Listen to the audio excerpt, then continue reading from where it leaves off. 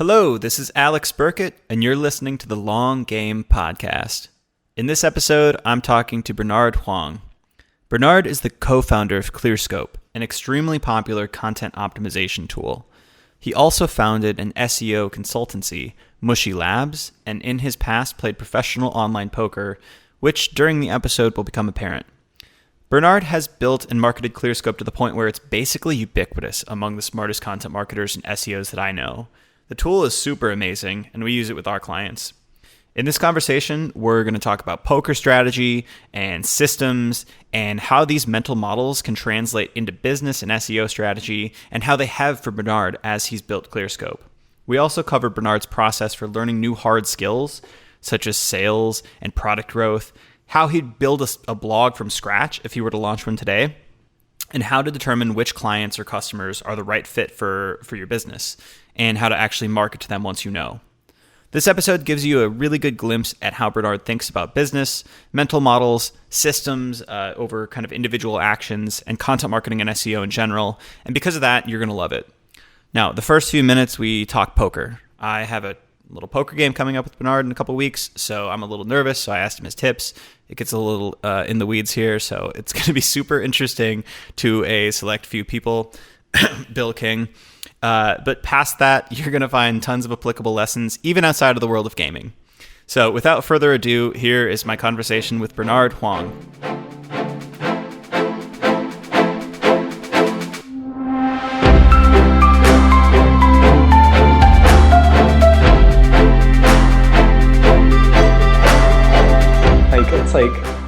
I think what's, stifling is when I feel like I don't have much freedom. I think that's the jarring part about stuff. It's as long as I'm having the freedom to do whatever I feel like doing for the most part, then I'm happy.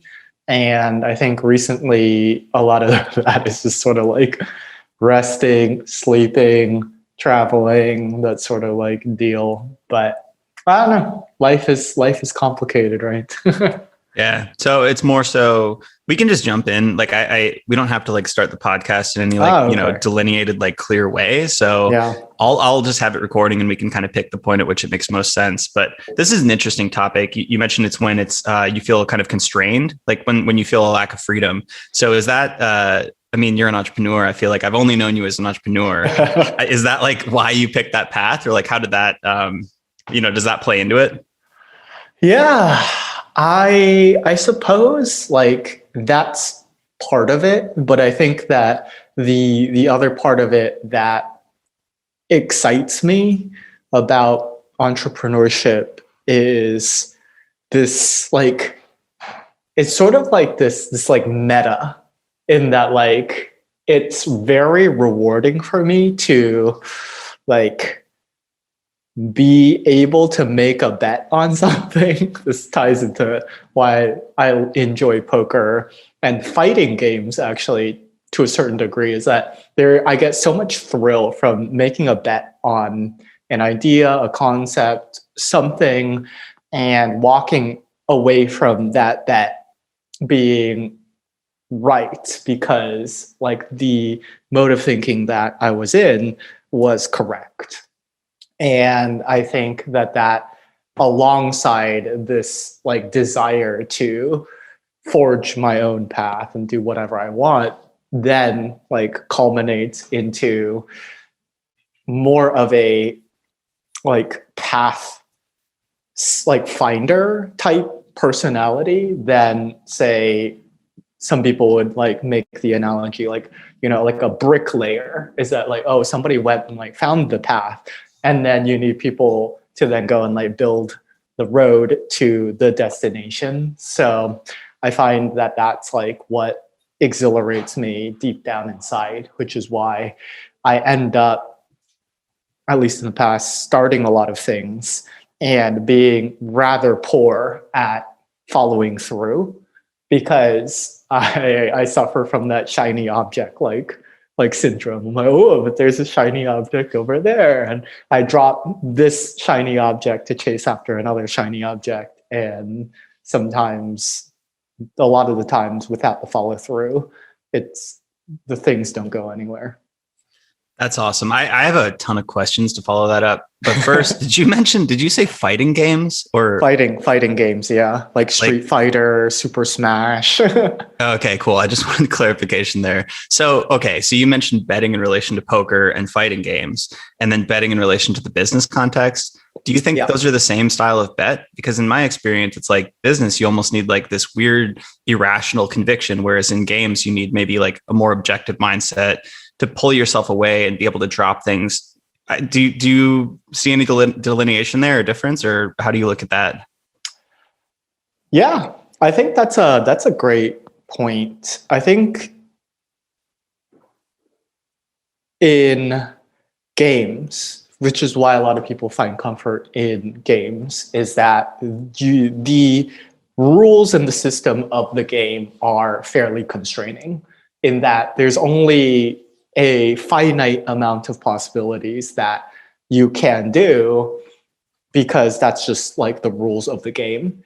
Whereas in business, it's in some ways infinite because life is infinite and there's just all kinds of different possibilities. But I think that there is a lot of similarities as well because the fundamentals of business are product, market, business model, distribution, right? And of course, you can like kind of tweak these knobs to your favor to a certain degree. And I think like breaking down the fundamentals of business into simple concepts that then you play is a very like liberating feeling, or else it's easy to like drown in the infinite possibility, right? Oh, we could be doing this and we could be doing that and could be allocating resources there.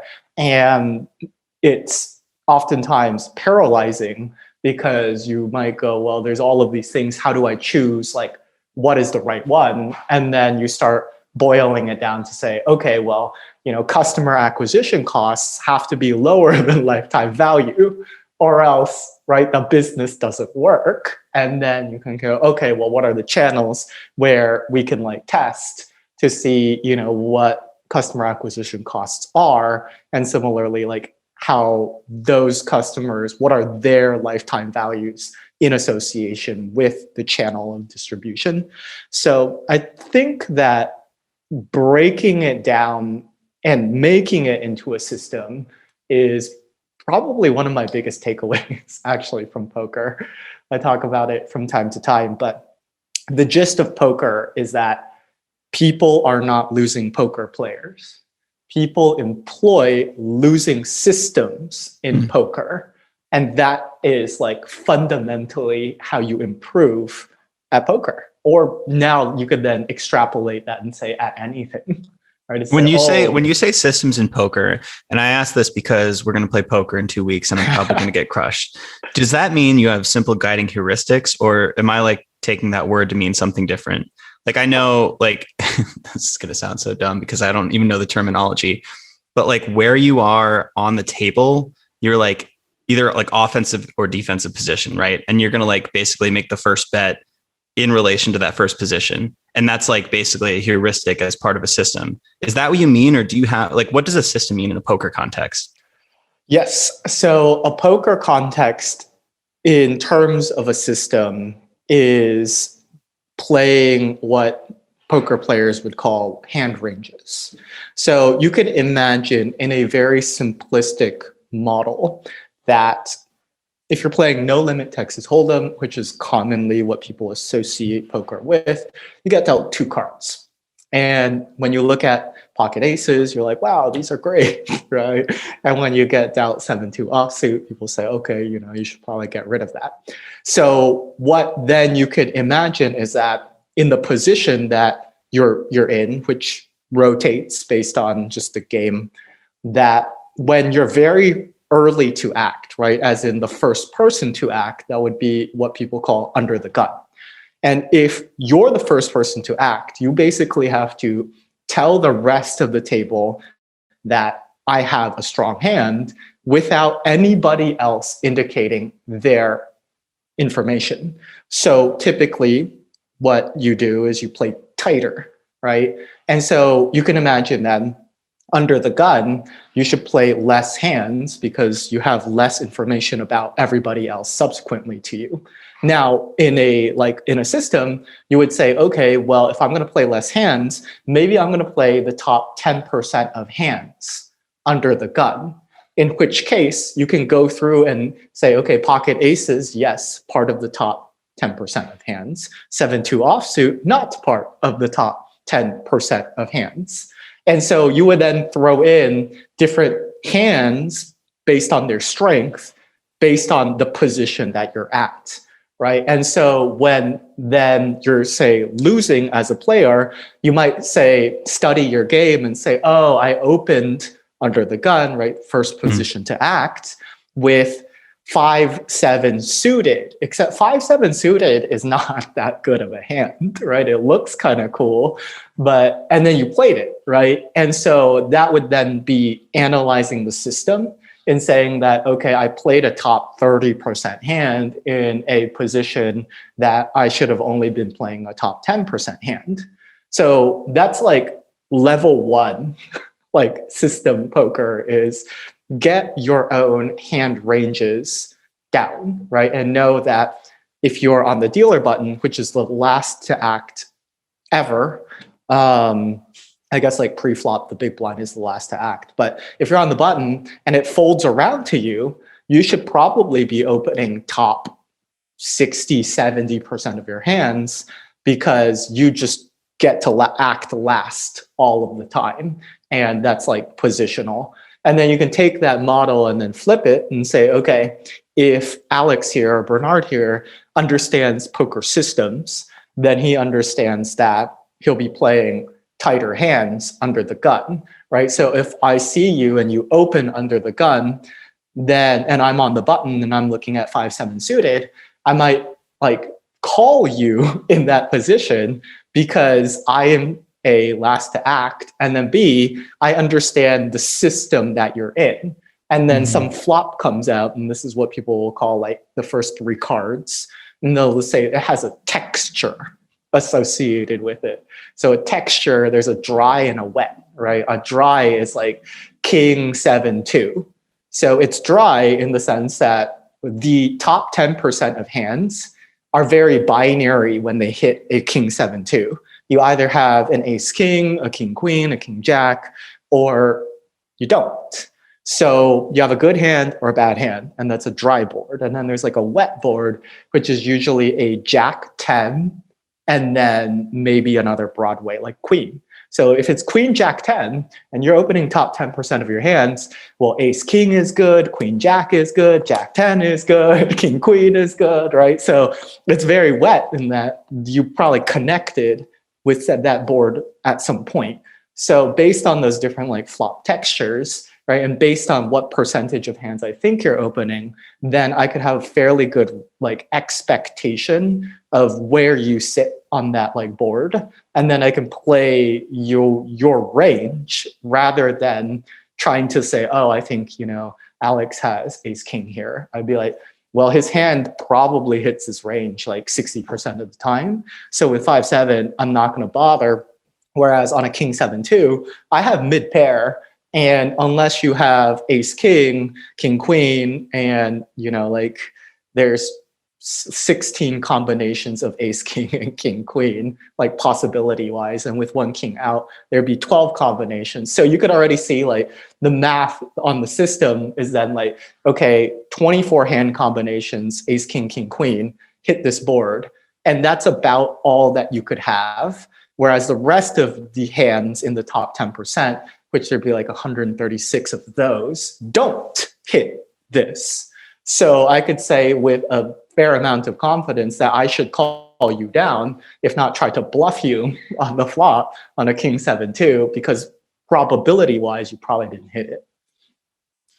All right. So I'm definitely going to have to re-listen to this. I've got a lot more knowledge now than I had before I started. But one thing, so I'm going to try to relate to this to business too. But one thing I want to confirm, I may be reading too much into this because I'm also reading Annie Duke's book right now, How to Decide. Okay. So it's sort of divorced from poker. She obviously learned a lot of this through her poker days, but like it's sort of just a meta level. Like, how do you make good decisions? And like one of her points is like, you can't really determine the quality of a decision based on like one single outcome. So when you were saying like, you may start with a king pair and like maybe that hand loses, or like an ace pair, right? Like, and that's a good starter. Or like you could get that 7-2 and like you could get lucky and win, right? Like there's, multiple different variations of like the outcome versus the input. So this is a concept I think called resulting, right? When you basically like judge decisions based on the outcome, not necessarily the input data that you had. So when you're talking about building systems, is it like, are you talking about basically making better decisions based on input data, or better decision quality, not necessarily just looking at each individual outcome, and then like looking on a macro scale, is this moving in the right direction? Is the system working overall, not just one single point decision? Absolutely.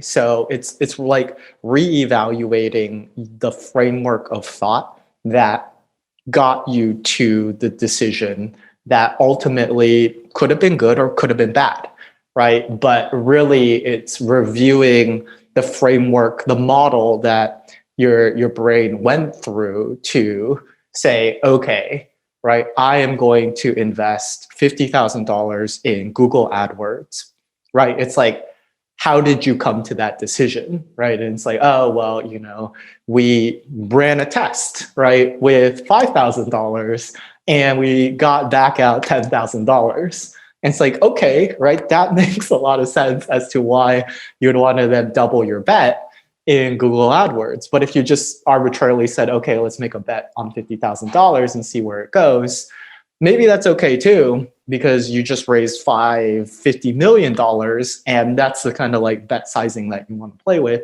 But I think it's more, around the like, okay, what was the framework of thought that I had going into this?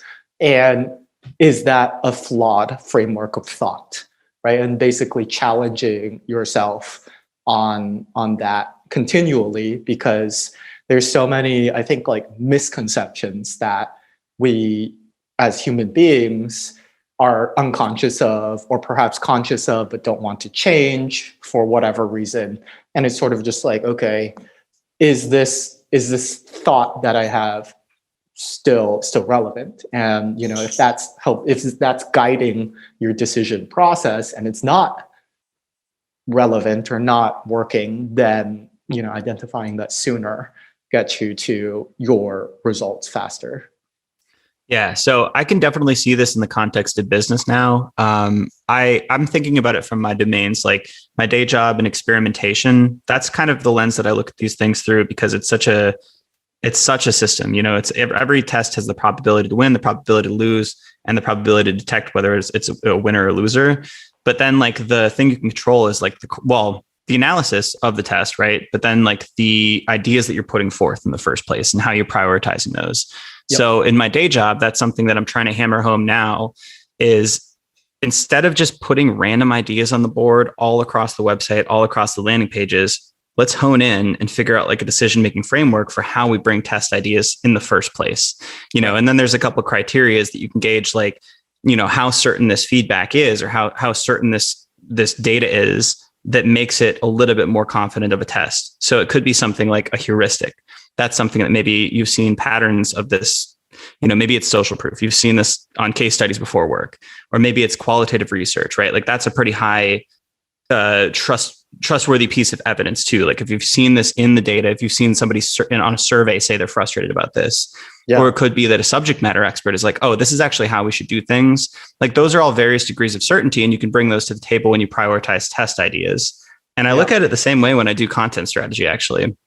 It's like there's multiple different ways you can build a system or a strategy based on those input variables of, how high is your domain rating? What industry are you in? What are your competitors writing about? And then you can basically take that keyword research data that everybody else has in Ahrefs or SEMrush, and you can use it. You can pipe it through your own decision-making framework to get better results on average. Not every piece is going to rank, but on average, you're hoping that is a better strategy. Absolutely. And then, right, it's from there, obviously repeating it enough such that you have some amount of statistical certainty that your data is sound, and then being like, okay, did this work as planned, right? And I think that that's kind of where I view this emerging idea of tackling zero search volume intent to be very compelling.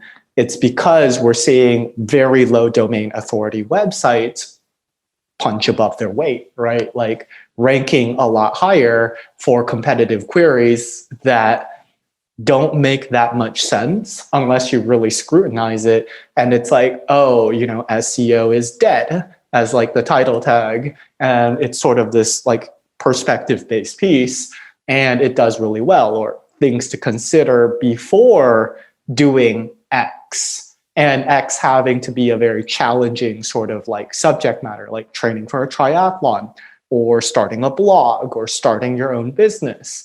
And it's like, okay, by targeting that intent, then presumably we can rank faster, stronger, and better, then not have to weigh as much in our domain authority. And then you quickly like test that with 5 or 10 different pieces and say, okay, was that true or was that false? And then, right, this is back to the idea of like being a losing poker player, is that like people don't suck at content. They just employ a losing content strategy, right? And their content strategy that doesn't work. And they say, oh man, I'm like so bad at content. And it's like, no, like just the framework that you've been employing has not been effective. So let's like fix that and see whether or not our results change as a result of that particular shift in thinking.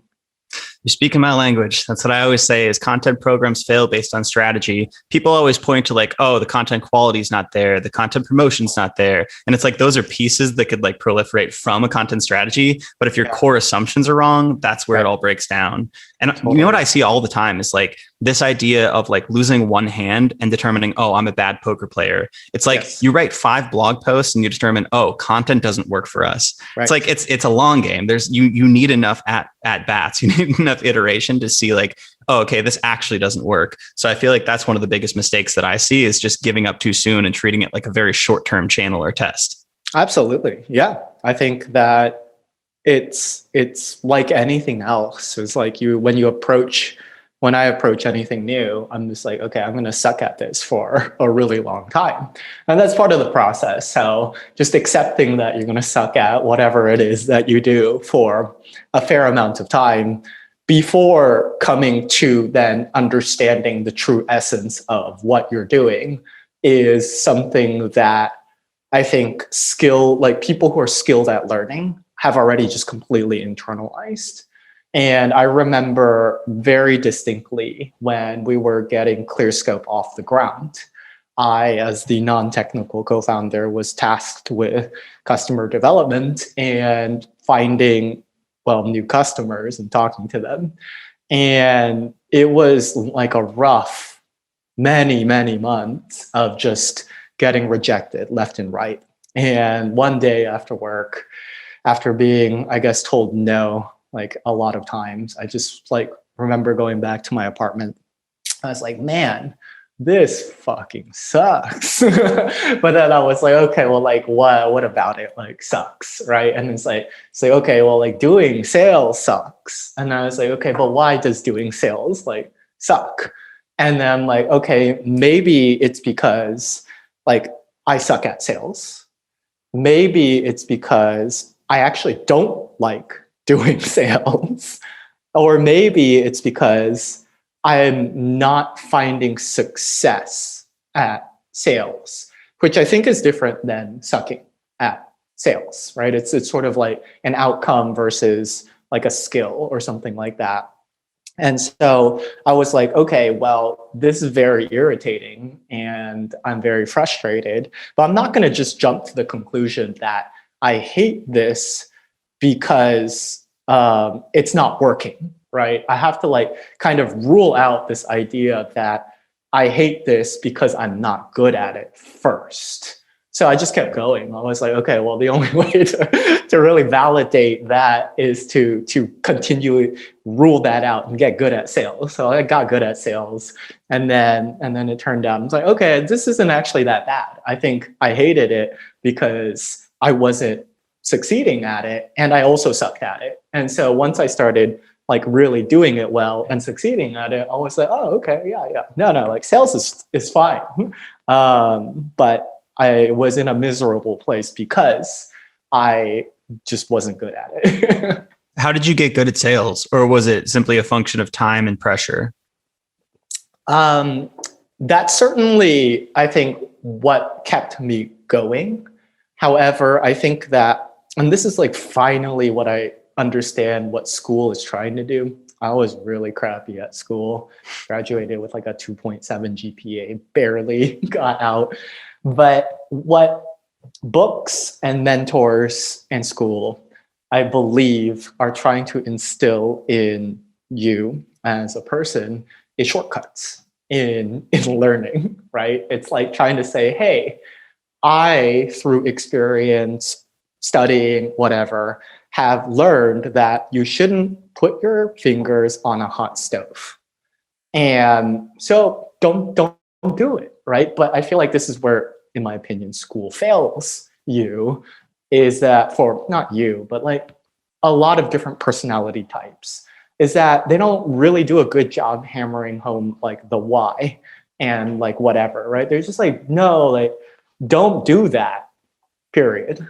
And then, like it's on a test. It's like, should you do this? And you're like, no, false. We should not do that. But it doesn't really say like, okay, why shouldn't you do it?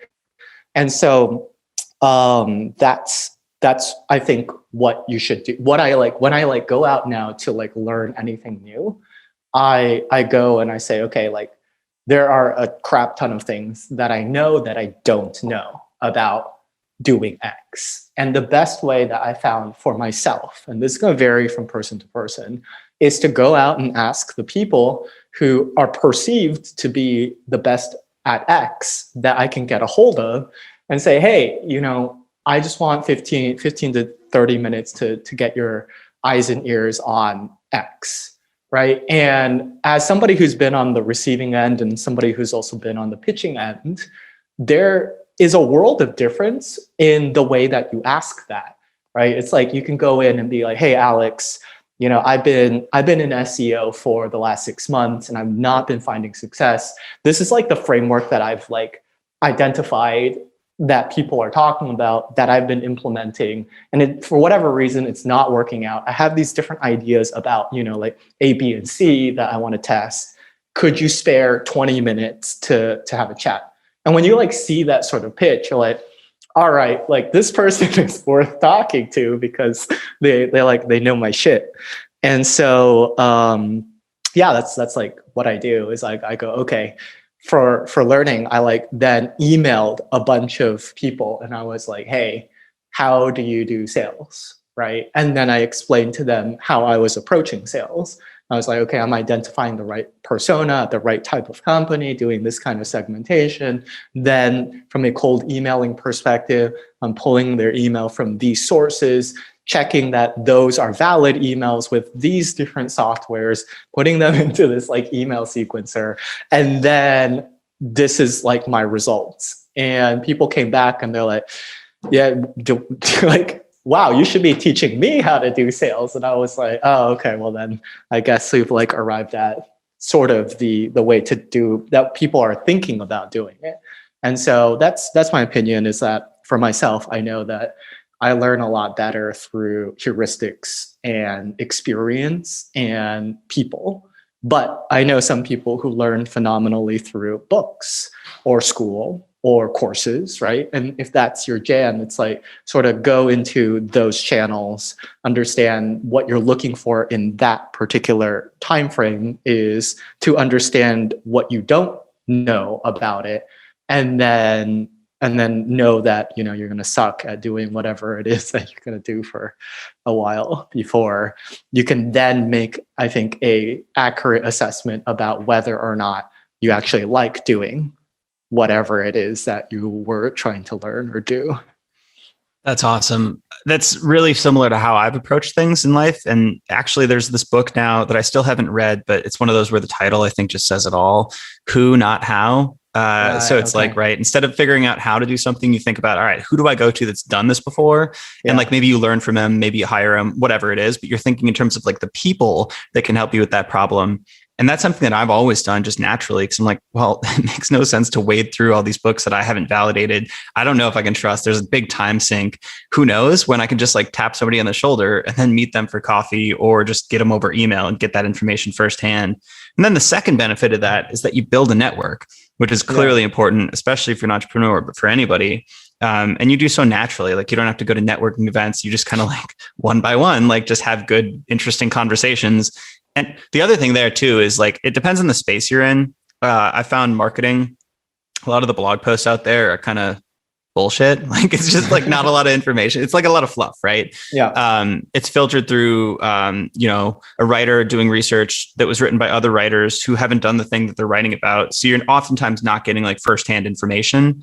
Yeah. I found this firsthand when I was like looking for information on like how to write a welcome email. Every article starts with like, what is a welcome email? And, it's clearly written for SEO. And I'm like, no. I just want somebody who's done this to tell me how to do this. Right. But anyway, I'm ranting a little bit. If you go to a conference and get somebody at a happy hour, or if you go to coffee or to a lunch with somebody, you're usually getting pretty unfiltered information. It's quite a bit more honest. So I find that you can basically ramp up and basically take a shortcut to the firsthand knowledge that they have. So I love that model. Yeah. Yeah, absolutely. Absolutely. And I think after you've done it a few times, at least from my experience, you realize that like,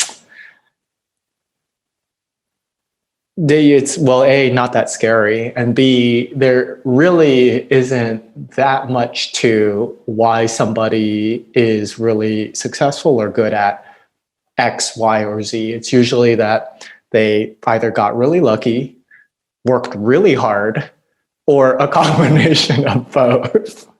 And that's like it. It's like, oh yeah, how did you get here? It's like, oh, well, I woke up and did the same thing for the last like 5 years. It's like, it is true. Okay, it's like most things. I feel like most things are simpler than one would imagine in terms of like, at least they're not complex, but they're more difficult than people imagine. So it's like, it's simple, but difficult, but you listen to those success stories and you're like, oh, that's really straightforward. All right. Yeah. So I just have to do this. Yeah. Yeah. That's commonly like it. Yeah. You might get, I think, some shortcuts or like mental models to help in certain places, which I think is good.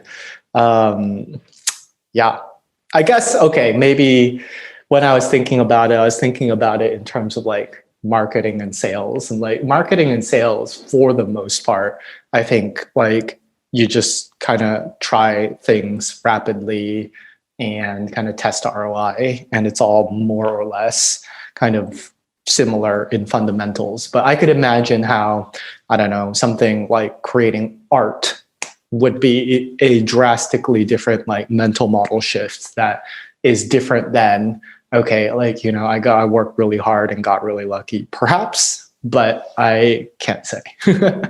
That's probably true. Yeah, I'm not totally sure. I was also thinking programming may be the exception there, but I will say like through my small adventures in like, learning R and Python, I tried it for many years where I would go through Code Academy course after like book and like learn all the theory. And then I would barely be able to write a for loop.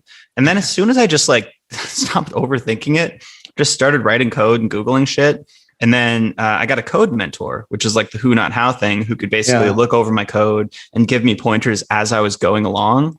Then I built things and it was like actually a lot more simple. Granted, my code was not world class, but it was a way that I actually like just, stopped thinking and put things out there. So I do think it actually probably does work for other modalities and other kind of industries too. I'm thinking about like playing guitar, right? Like you could learn theory, you could go to class, you could go to school and like sit there and like learn all the books. But at a certain point, you have to sit down and, hurt your fingers playing some chords. Yeah.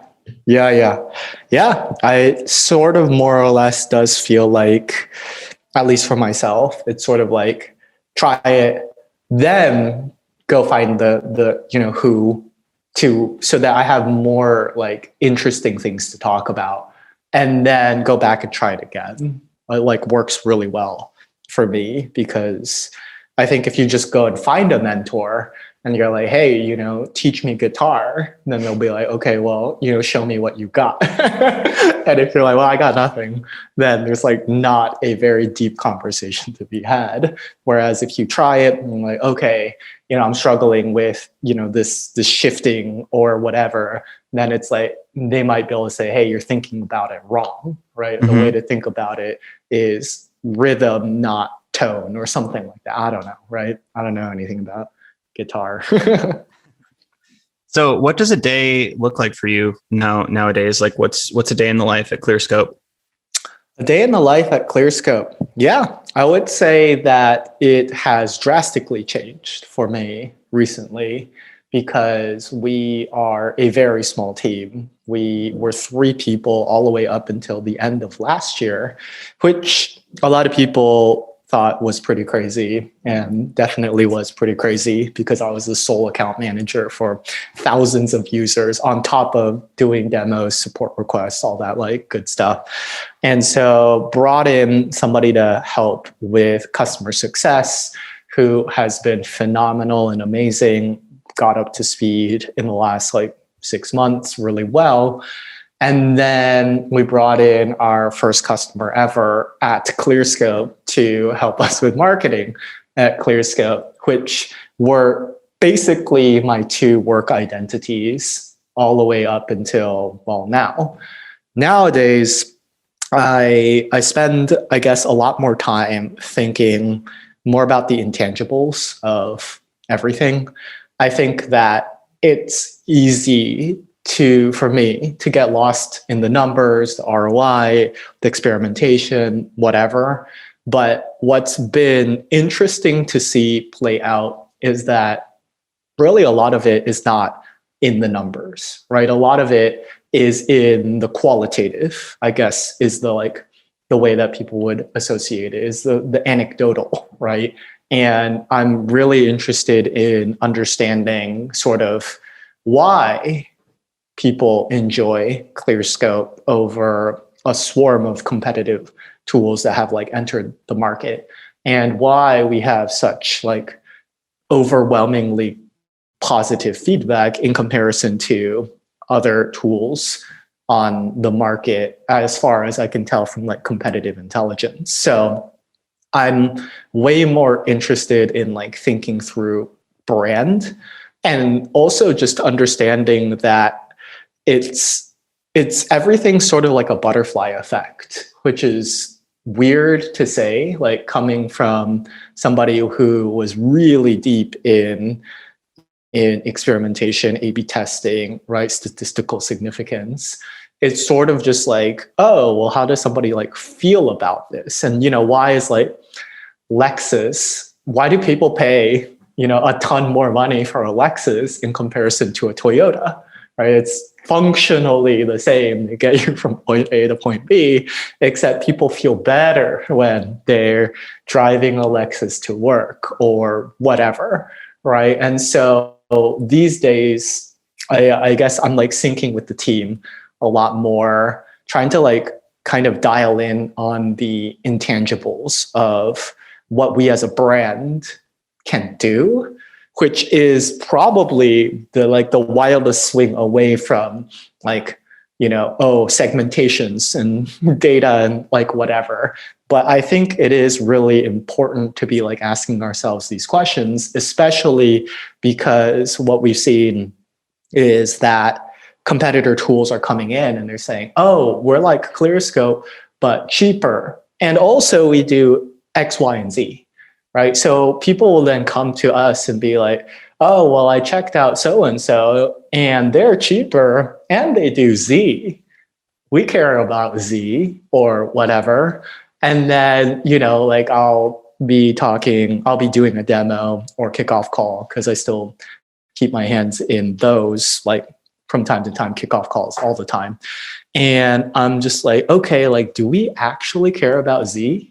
Or is this just a bell or whistle that competitor X made up so that they could say that we're like Clearscope but cheaper and we do Z, right? Is this something that people actually care about?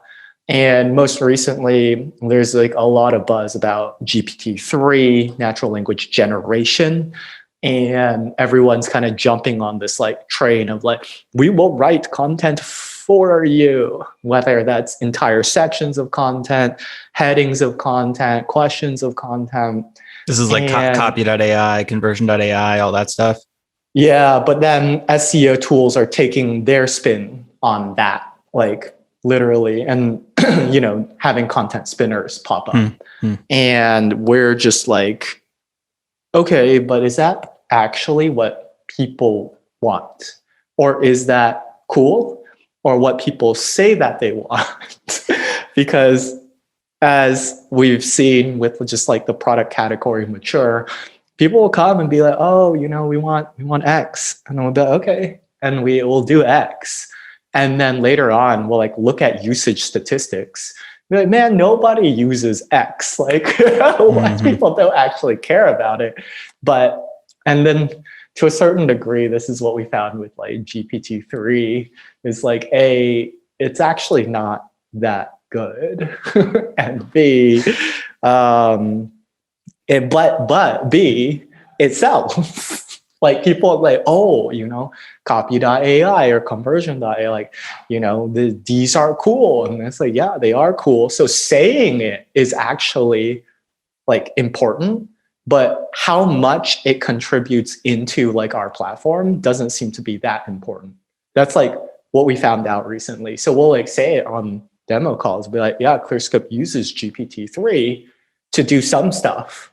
But then we've limited the scope of what it does to like a section within like a tab.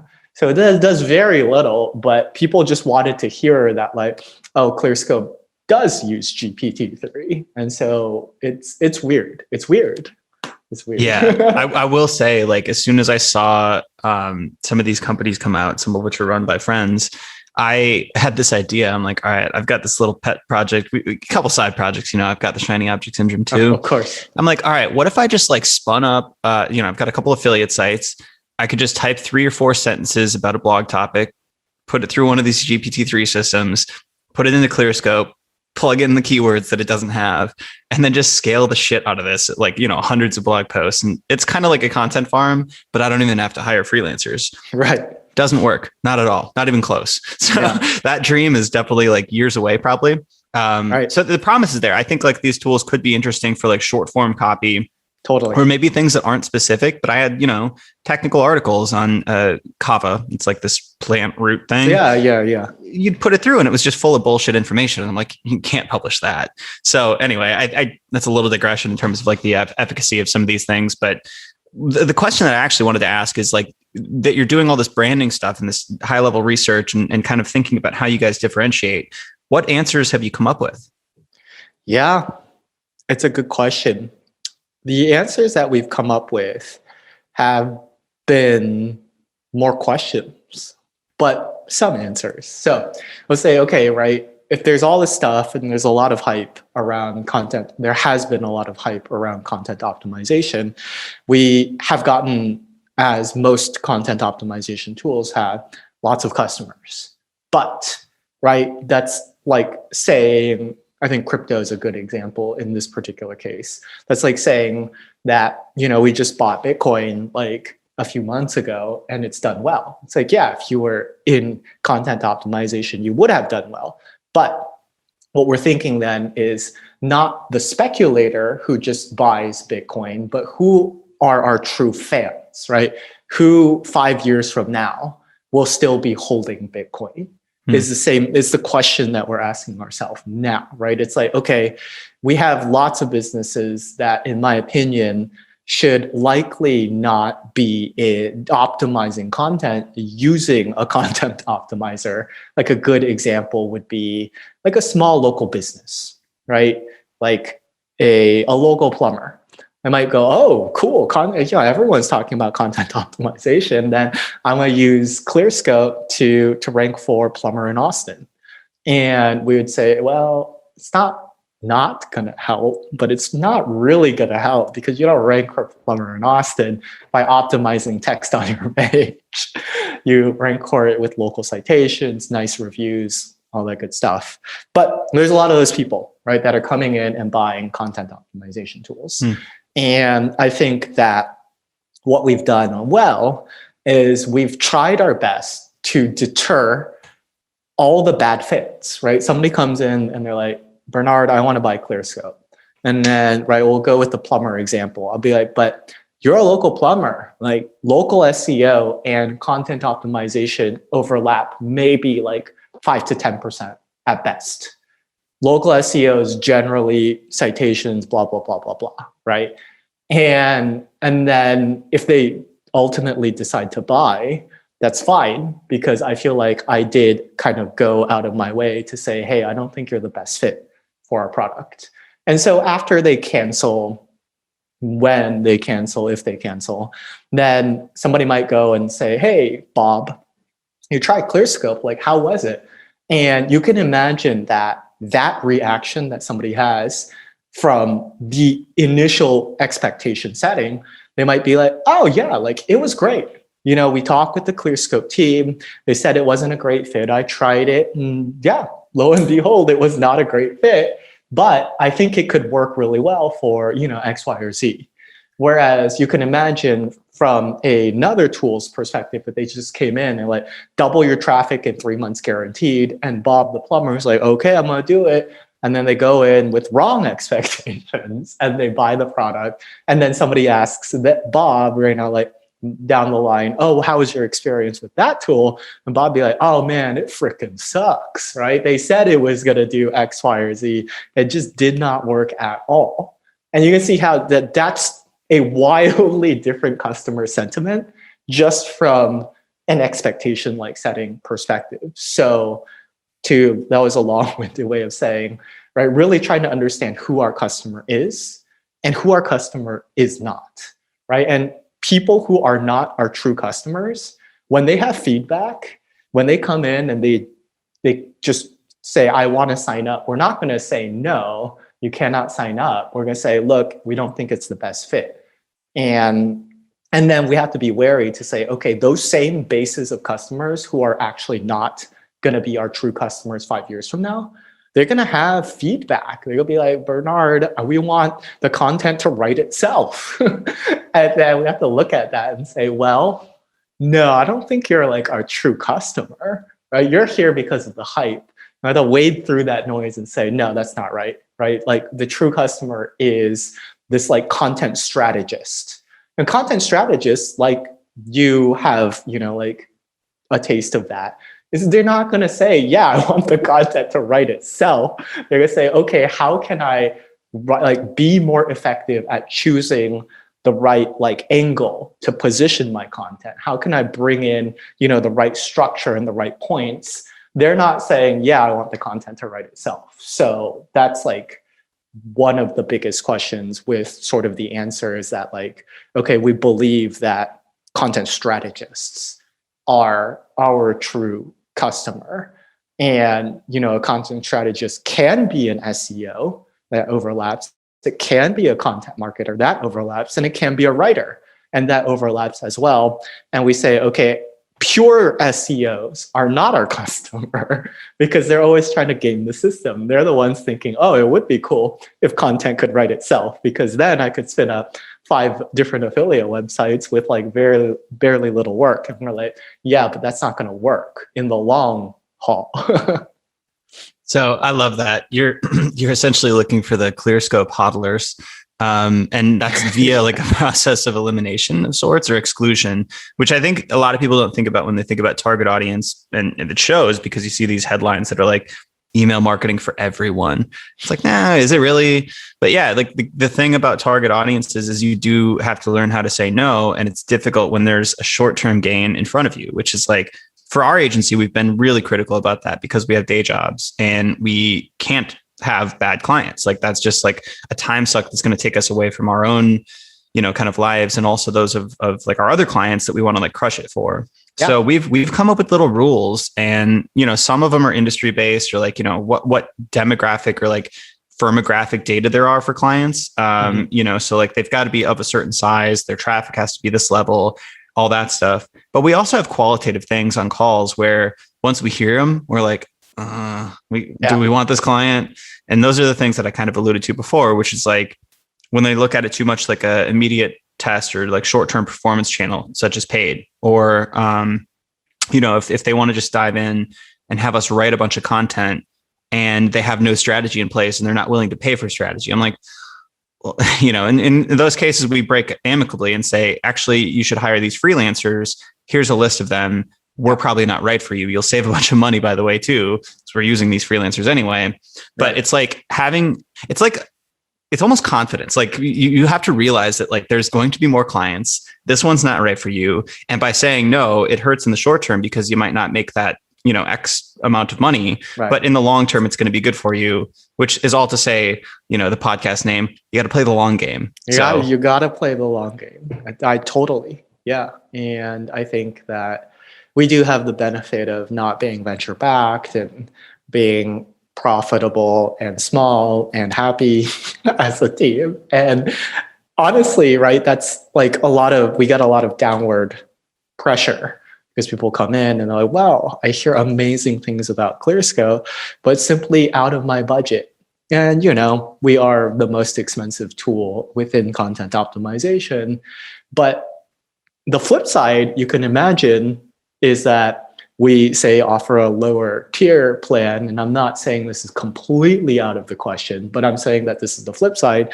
And all of a sudden, we get a large influx of bad fit customers, right? And bad fit customers are then going to try it on their local business and complain that it doesn't work because it won't really work for that. And that's going to negatively influence our brand.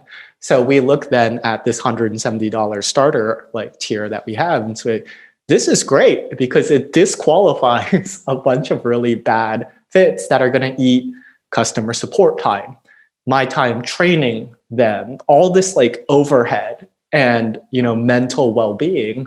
And that is going to be an opportunity cost that could have been better spent in servicing our existing content strategists that were like, yes, these are Clearscope hodlers for the long haul. And that would be really painful and a shame. So it's weird, but that's exactly how we think.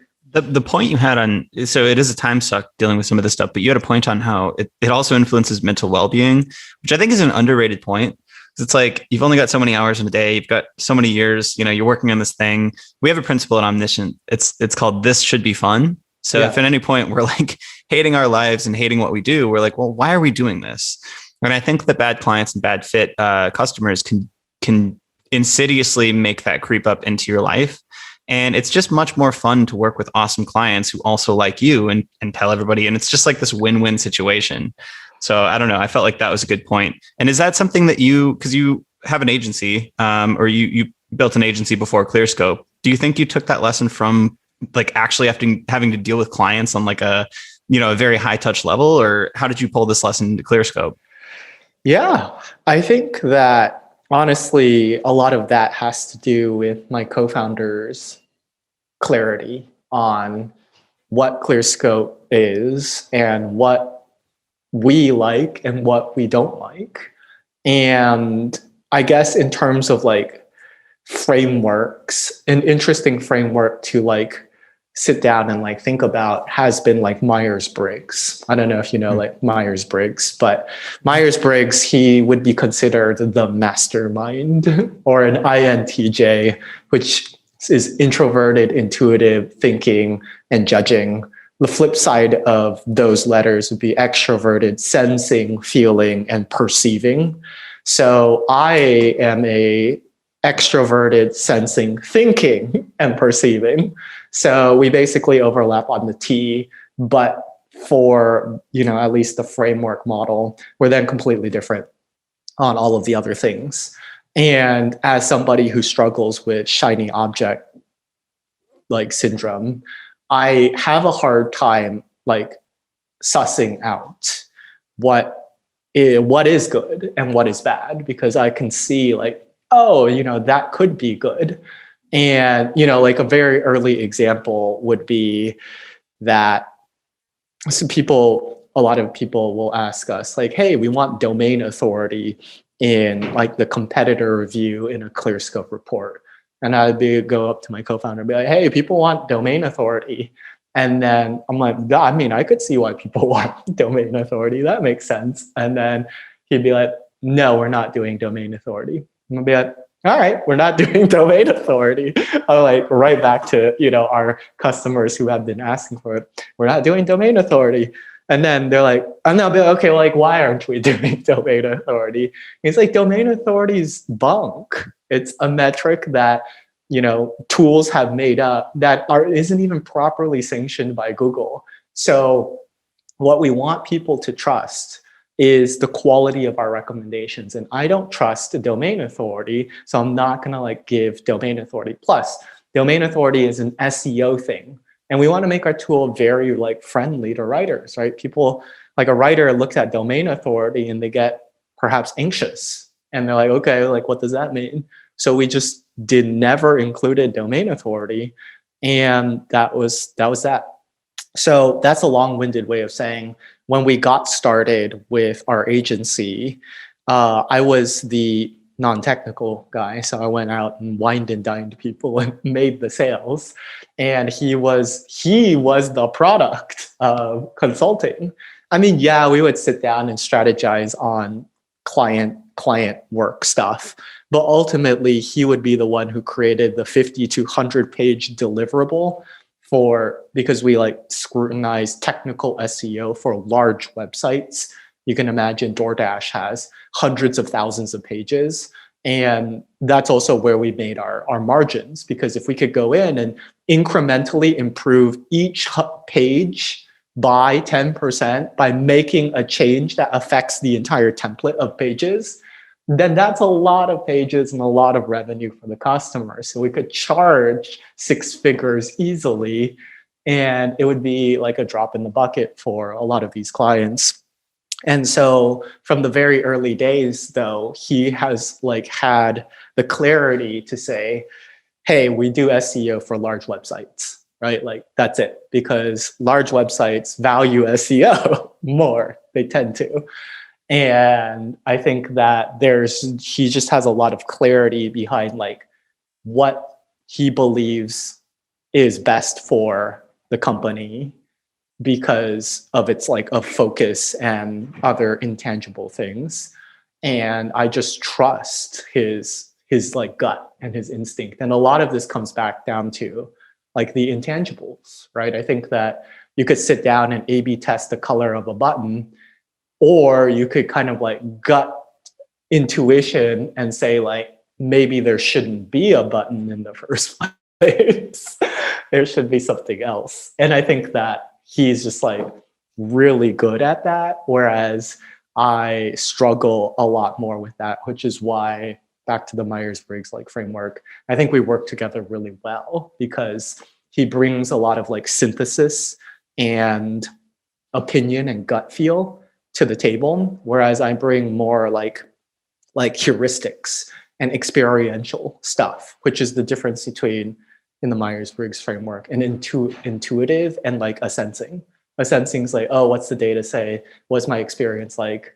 And intuitive is more like, I feel like the world should be like this because that's just how I feel kind of deal. And so that's where we both have that flavor, and then we cross on the T, right? And so we're able to say, okay, why? And then there's a rational explanation. It's like, okay, yeah, we'll go with that. That seems good. That's awesome. You and I are the same type of founder, I think. And it's remarkable how just like finding your complement, how much that helps. Because like what I've realized is I don't have a lot of the judiciousness and sort of meticulous focus on operations and feasibility, but I have all these wacky ideas and just a ton of energy to run with them. So like when David and I get together, David and I have the same goals and the same values and the same principles, but we have totally different ways of working. And like if we were trying to mediate and meet in the middle, we would both be a diluted versions of ourselves. But if we can both let our freak flags fly, then we can basically come together and clash it out and end up with the best possible product. Yeah. So yeah, I relate to that heavily. Actually, There's a book on this. It's called Rocket Fuel. It's about okay. I think there's an innovator and integrator. It's kind of like the Steve Jobs and like Wozniak kind of thing. But I always think of it in the cooler framework, which is Mad Men. Have you watched that? I've not watched it, but I've read like about it and stuff. Yeah, there's the Roger Sterling, who's just like the, go-getter, gets the clients, does the marketing, sales, all that stuff. There's the Bert Cooper, who like is the operator, runs the business, makes sure they're making money and everything's like running properly.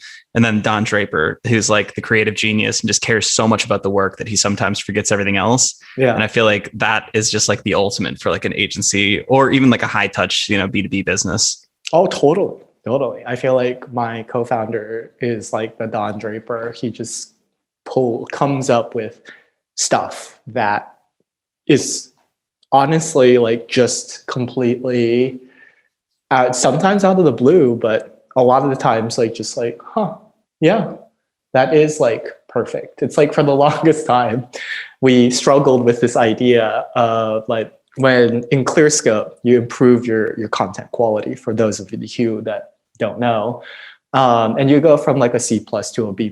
However, it was very like confusing at what point your piece of content would progress from a C+ to a B-. You just kind of had to include more concepts, and at some point it happened.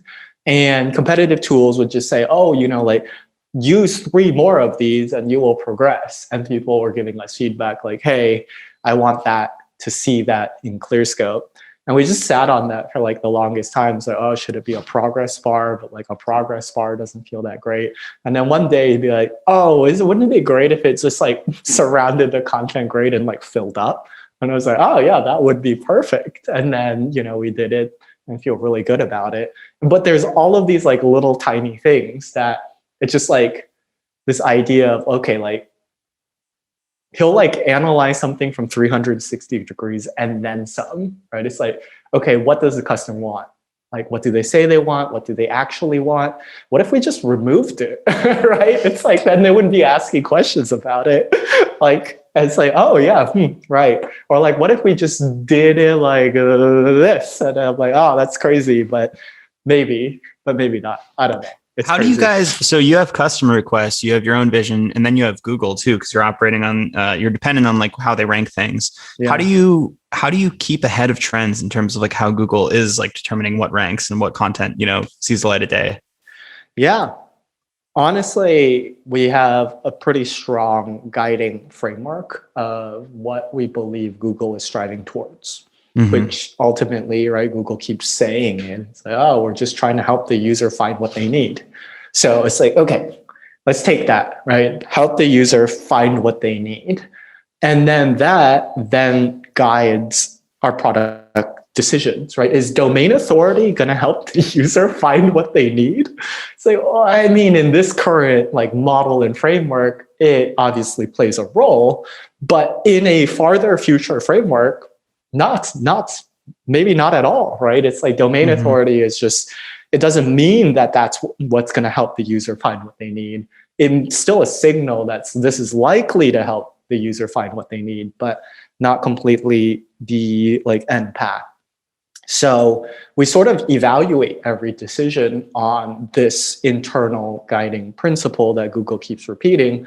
And we say, okay, is content that writes itself going to help the user find what they need? And then we look at the content that's been AI generated and we're like, no, it's really not. So this is not what ultimately is going to work. But then we'll say, oh, right, is monitoring the relevancy of your content over time going to help the user find what they need? It's like, yeah, certainly. So it's like, okay, we got to do something about content inventory monitoring, which we are certainly doing.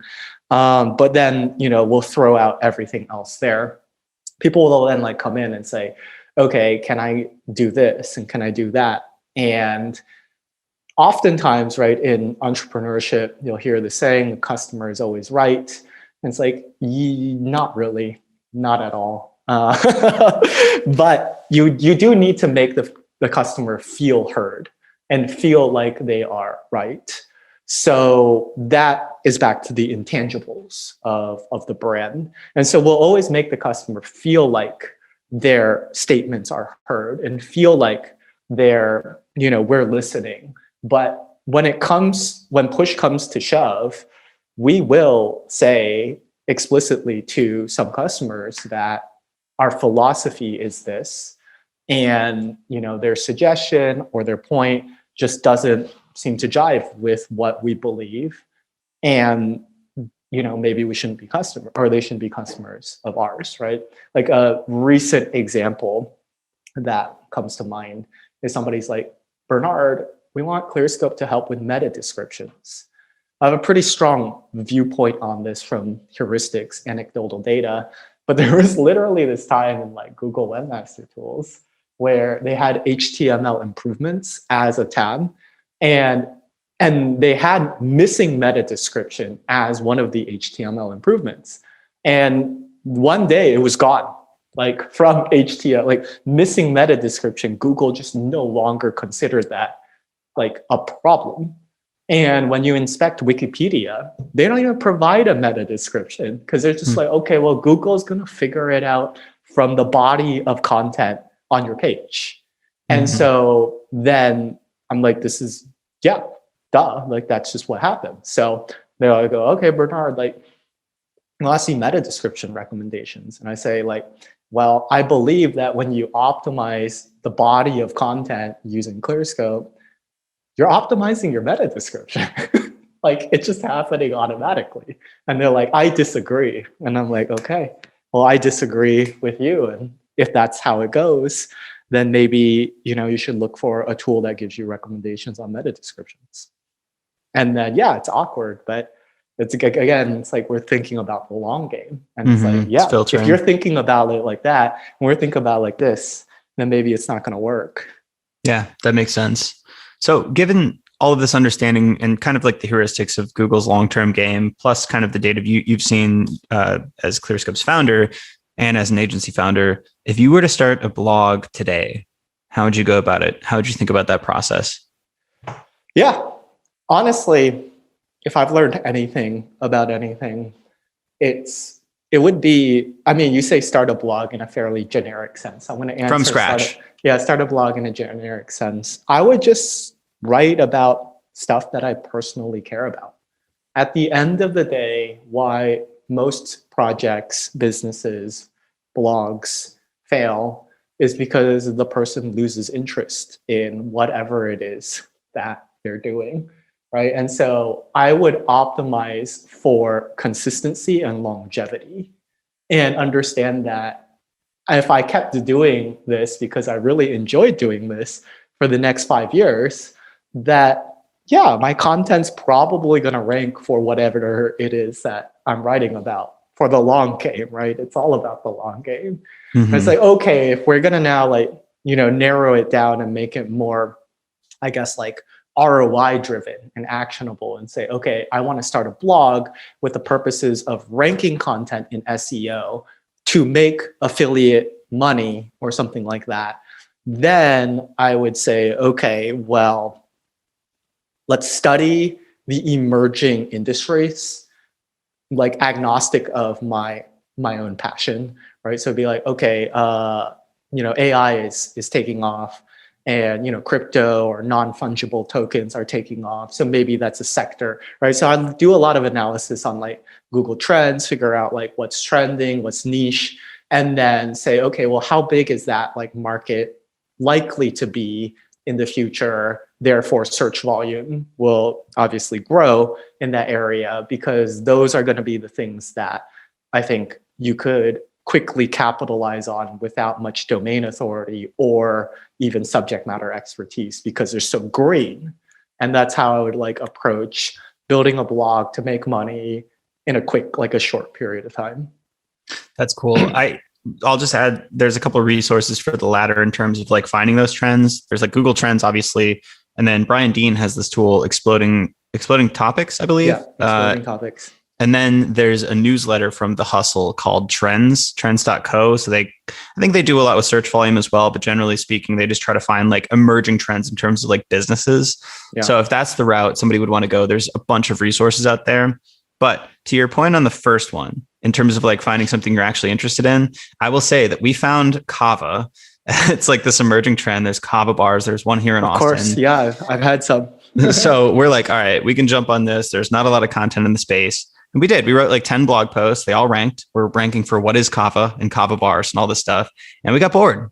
We don't do it anymore. So I think to your point, it's something that you kind of have to be interested in, or it has to be just like purely like what you're doing. So this wasn't like our day job. This wasn't our full-time thing. So when push came to shove and other, things, came on our agenda, it's like that took the back burner. So in terms of like how I can actually find time to functionally write good content, it's got to be about stuff I care about. There's no other way. Totally. But yeah, I mean, if your jam is sort of like, rank and rent, or, flip it, like rank it and flip it, then yeah, I think those are all like CBD, right? 3 years ago was just like, you got in, you wrote stuff, you promoted the affiliate, and a lot of people got out, and a lot of people didn't, got burned by Medic update and or whatever. But it's if you wanted to really get into the weeds of SEO, that's how I did my journey, right? I kind of built a private blog network by buying expired domains, restoring them, really, writing about all kinds of stuff that I could care less about, because then you start to just manage the strategy, hire freelance writers to do give them Clearscope reports.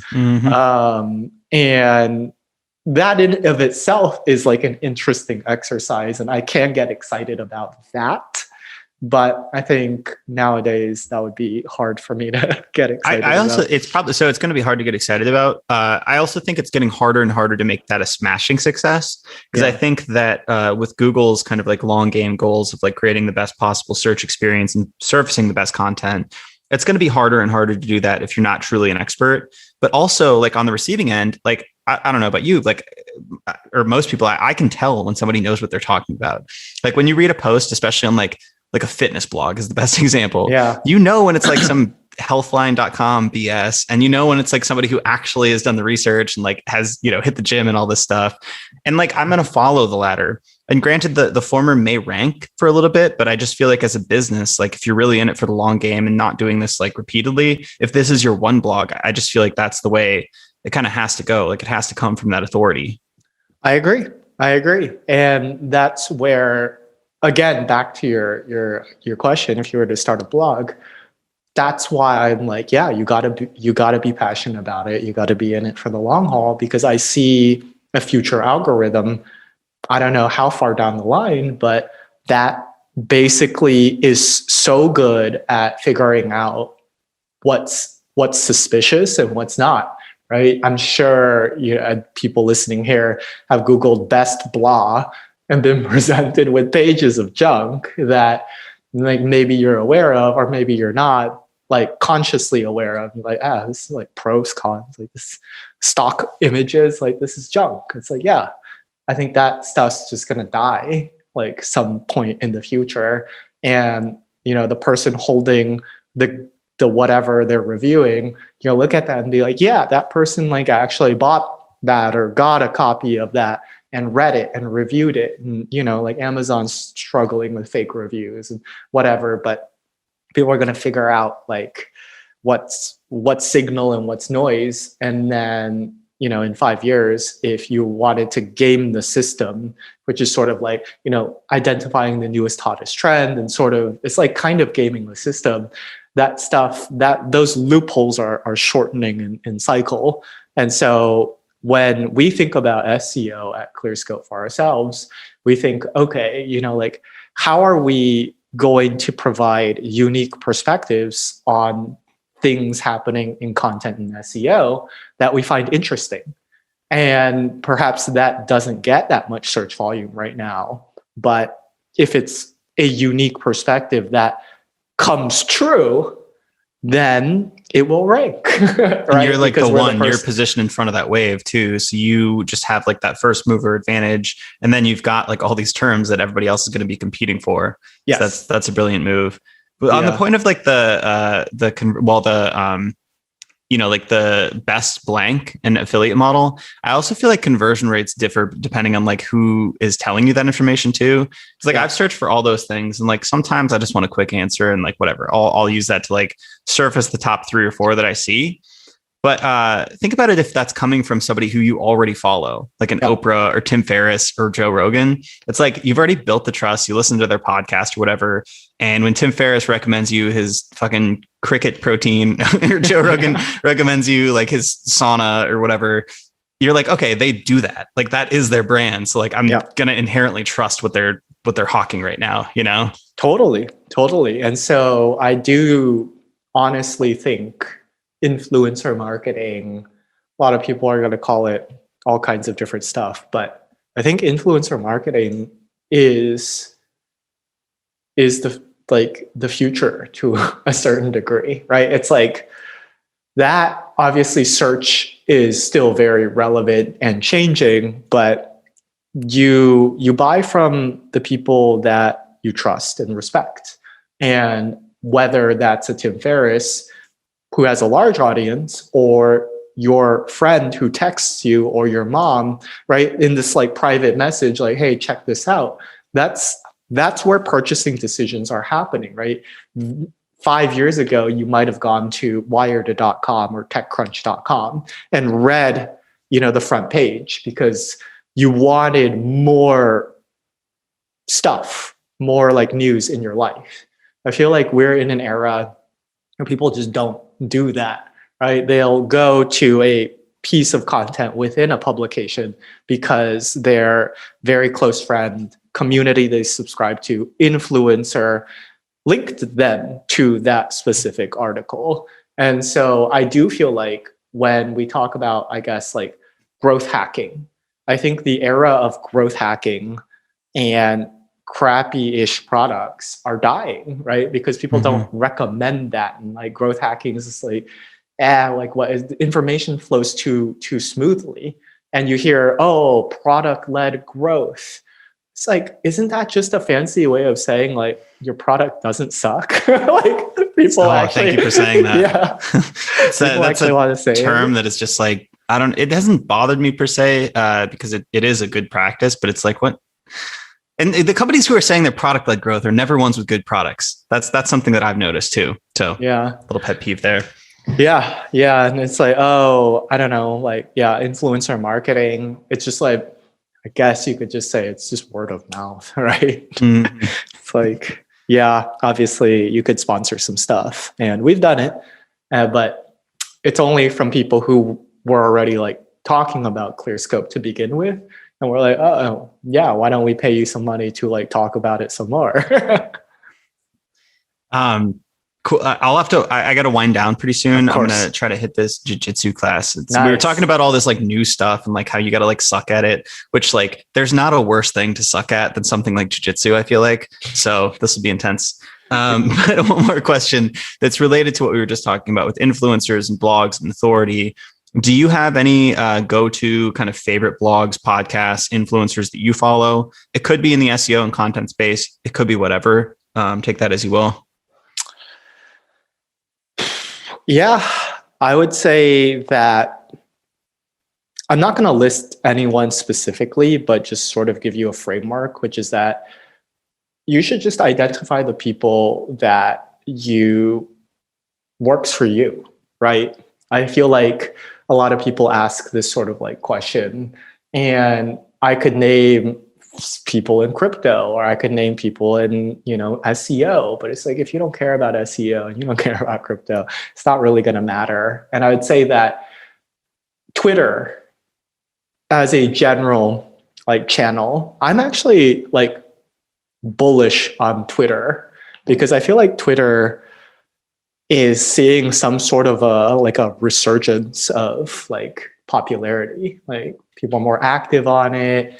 There's just interesting stuff. And it's like, you can pick and choose your own adventure on Twitter. And you don't have to like try to grow your own following to get value out of Twitter. So I would say that I think that's an interesting place should you want to get like, influencers or people that you might care about, like exposure to them. And then I think that will lead you down this potential rabbit hole of back channels, which are going to be private communities, whether they're paid or free or invite only, that you might want to go deeper in. And so, I'm in an SEO community that's paid, that's private, like at least 2 of those, and then like 3 of them that are free. And then I'm in some crypto ones, those invite only, that kind of stuff. And it's just because I am interested in like those fields and I do derive value from those.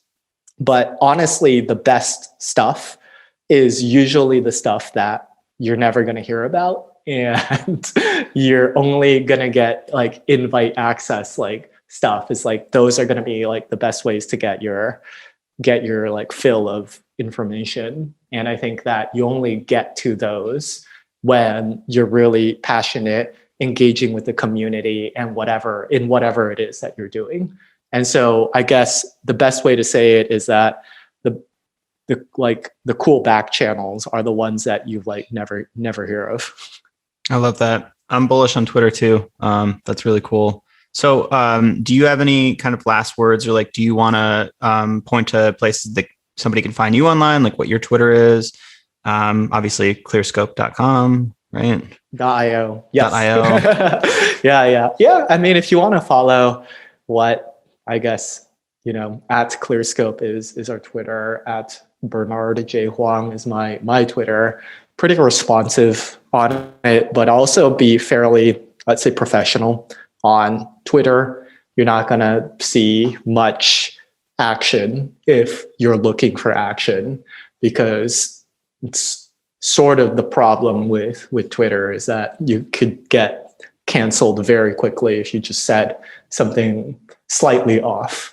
So the best way that I found is that, you have like a pseudo anonymous Twitter, and like a lot of the best news sources and stuff come from pseudo anonymous like accounts, right? Because they don't have to worry about the repercussions of saying something potentially offensive. Yeah, I would say those are going to be the best ways to find me. Awesome. Sounds good. Well, thank you, Bernard. No, thank you. It was a complete joy chatting, as it always is with you.